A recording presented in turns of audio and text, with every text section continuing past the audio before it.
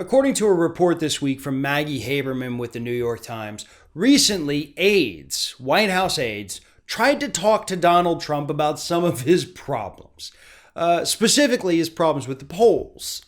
Because as we have seen, polls across the board, everything from the national polls, him versus Biden, to even local polls in counties and districts that Trump won in 2016, he's losing really badly. And it is causing Republicans to freak out. So his aides, those closest to him, the folks that work with him every day, recently kind of confronted him. I guess it was a little bit of a makeshift intervention and said, listen, man, you're your own worst enemy.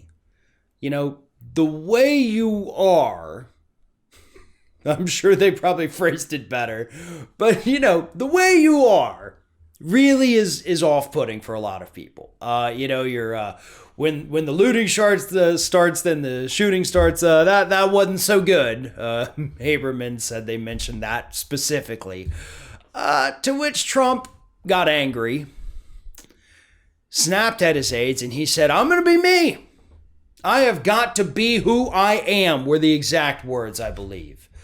"I'm going to be who I am, and you're not going to stop me. I'm going to do what I do because that is why people fell in love with me to begin with." And folks, those could be the words that end up being the end of the Trump administration. Because Donald Trump refuses to admit that he could somehow be the problem. Now, I have explained it thusly. It's like Trump was the Macarena. You know, the song was nice, fun, interesting when it first came out. This is only for the people who voted for Trump. This does not apply to everybody. But then they got sick of it pretty quick. That's kind of how Trump is. You got to change your tune, man. You got to come up with something else, something different, something better. Because otherwise, people are just going to change the station. They don't want to hear you. They don't want to see you.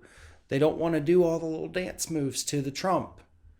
But that's what you're wanting them to do. You know, it's not going to work. And the aides tried to tell him that. Like, to their credit, these people understood. They're looking at what's happening.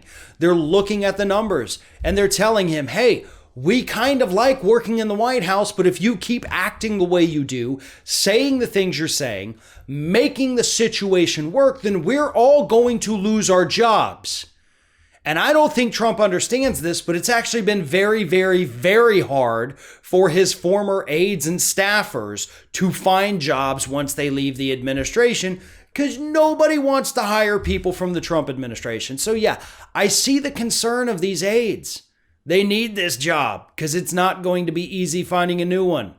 Not only because the way the economy is, but because of who their previous employer was. That doesn't look so great on a resume.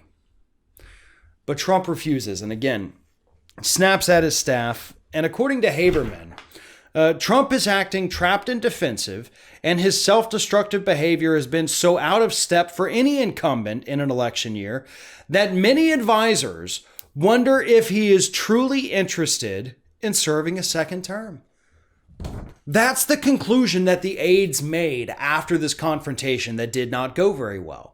He was so reluctant, or not reluctant, just angry at the thought that he could be the problem and that he needed to change, that they walked away thinking, I think he wants to lose. I don't think he wants to play this game anymore. And I think he is intentionally sabotaging his reelection. Now, Haberman does not believe that. I do not believe that. And you should not believe that. Donald Trump wants nothing more than to be president. He wants to be president for the rest of his life. And after that, he wants his son, Don Jr., not Eric, to be president after that. And sorry, Eric, he is not pushing you into politics at all. Just Donnie Jr. You may want to have a chat with him about that. But he doesn't want to lose. He wants to win. He just doesn't want to have to put in any effort. He wants to be able to just go out there and do one of his insane rallies and rattle off weird things and say horribly bigoted things and have people clap, and he can sit at the podium and look around and do the Sleepy Joe Biden, am I right? Am I right? Right. He doesn't know where he is. And all he has to do is stupid stuff like that, and he gets the rednecks to vote for him. But that's not going to be enough this time. And that's kind of part of what his aides are telling him. Hey, it worked last time because it was new and weird, like the Macarena. Nobody wants to listen to that anymore, except for the weirdos who, for some reason, really are into that song.